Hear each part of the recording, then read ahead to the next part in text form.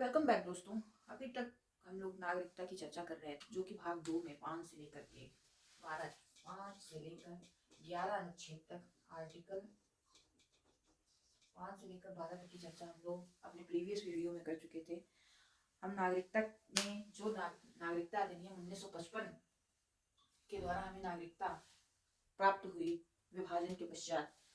स्वतंत्रता प्राप्ति के पश्चात, वो उनमें 5 आधार से हमें नागरिकता प्राप्त हो सकती है और 3 आधार से खत्म हो सकती है।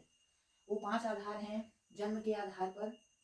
वंश के आधार पर, अर्जित भूमि के आधार पर, पंजीकरण के आधार पर, देशीकरण के आधार पर। जन्म, अगर किसी बच्चे का जन्म में माता या पिता भले ही बाहर रह रहे हों, लेकिन अगर जन्म उस बच्चे का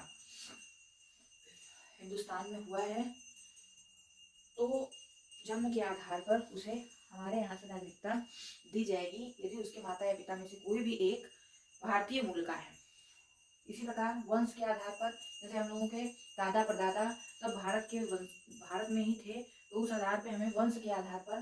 नागरिकता प्राप्त हुई है। अर्जित भूमि के आधार पर, अगर कोई भूमि भारत में उसका विलय होता है, तो जैसे सिक्किम और गोवा का जो विलय हुआ, उसके बाद जो सिक्किम और गोवा की जो भी सिटीजन्स ने अपने सिटीजनशिप प्राप्त की है, वो अर्जित भूमि के आधार पर ही प्राप्त की है। पंजीकरण के आधार पर, 7 साल से अधिक कोई व्यक्ति अगर यहाँ भारत में निवास करता है और वो शांतिपूर्ण ढंग से और किसी भी भाषा का ज्ञान रखता है और हमारे संविधान में आस्था रखता है, तो वह पंजीकरण के आधार पर गृह मंत्रालय में आवेदन करने के उपरांत 7 साल के बाद आवेदन कर सकते हैं गृह मंत्रालय में, जिससे उनको नागरिकता प्राप्त हो सकती है। देशीकरण में भी 12, पंजीकरण में 7 वर्ष है, देशीकरण में 12 वर्ष है, कि यदि 12 वर्ष तक शांतिपूर्ण और सौहार्द से संविधान में, हमारे देश के प्रति संविधान में आस्था रखते हुए, कोई देश विरोधी कार्य में सम्मिलित ना होते हुए, अगर कोई व्यक्ति शांतिपूर्वक ढंग से 12 साल तक रहता है, तो वह भी देशीकरण के आधार पर उसको भी नागरिकता प्राप्त होती है। नागरिकता अधिनियम 1955 द्वारा 3 तरह से नागरिकता समाप्त की जा सकती है। या तो स्वयं नागरिक अपनी नागरिकता समाप्त करने के लिए आवेदन दे दे और वह समाप्त इस तरीके से वह त्याग कर दे भारत की नागरिकता को, किसी और अन्य देश की नागरिकता ले ले। इस प्रकार से त्याग या रिनंसिएशन के आधार पर नागरिकता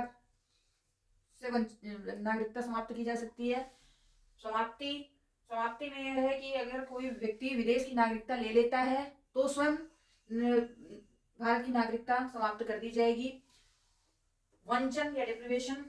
यह है कि यदि कोई गैर कानूनी गतिविधियों में या संविधान को आहत करने की दृष्टि से अगर कोई कार्य किया जाता है, तो उस पर कानूनी ढंग से ये डिप्रिवेशन या वंचन के आधार पर नागरिकता समाप्त की जा सकती है। इस प्रकार हम लोगों ने देखा कि नागरिकता अधिनियम 1955 के द्वारा 5 तरीके से हम नागरिकता ग्रहण कर सकते हैं और 3 तरीके से नागरिकता समाप्त की जा सकती है। आगे भी चर्चा करेंगे, तब तक के लिए धन्यवाद।